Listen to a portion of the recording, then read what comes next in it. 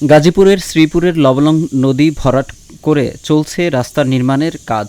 রাস্তা নির্মাণের জন্য রাত দিন ২৪ ঘণ্টা চলছে নদী দখলের এ কর্মযজ্ঞ। ড্রাম ট্রাকে বালু এনে ভরাট করছে লবলং নদী। খালের মাঝামাঝি অংশ ভরাটের ফলে জলাবদ্ধতার সৃষ্টি এবং কৃষি উৎপাদন বন্ধ হওয়ার আশঙ্কা করা হচ্ছে।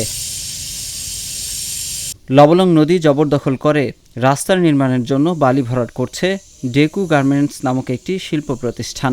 বালু ভরাট করে পুরো খালটি ইতিমধ্যে দখলে নিয়েছে প্রতিষ্ঠানটি। কিছু কিছু অংশে রয়েছে বালুর স্তূপ। আবাদি জমি নষ্ট হওয়ার আশঙ্কা করছেন কৃষকেরা। খাল যদি ভরাট হয়ে যায় তাহলে আমাদের আবাদি জমি নষ্ট হয়ে যাবে এবং বাড়িতে পানি নিষ্কাশনের ব্যবস্থা করা হয়েছে, এগুলি সম্পূর্ণ বন্ধ হয়ে উপরে পানি উঠবে। এদিকে নদী রক্ষায় সংশ্লিষ্ট কর্তৃপক্ষকে প্রয়োজনীয় ব্যবস্থা গ্রহণের আহ্বান জানিয়েছেন পরিবেশবাদীরা। খালের দখল দায়িত্বে আছে। আমরা জানি যে এইখানে ব্যক্তি জমি পরিচয় দিয়ে কেউ কেউ এই জায়গা দখল করার একটি পায়তারা করছে।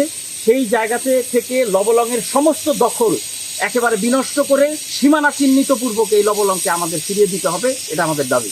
এদিকে শ্রীপুর উপজেলার সহকারী কমিশনার শাকিল আহমেদ নদী দখলের সঙ্গে জড়িতদের বিরুদ্ধে যথাযথ আইনি পদক্ষেপ নেওয়ার আশ্বাস দেন।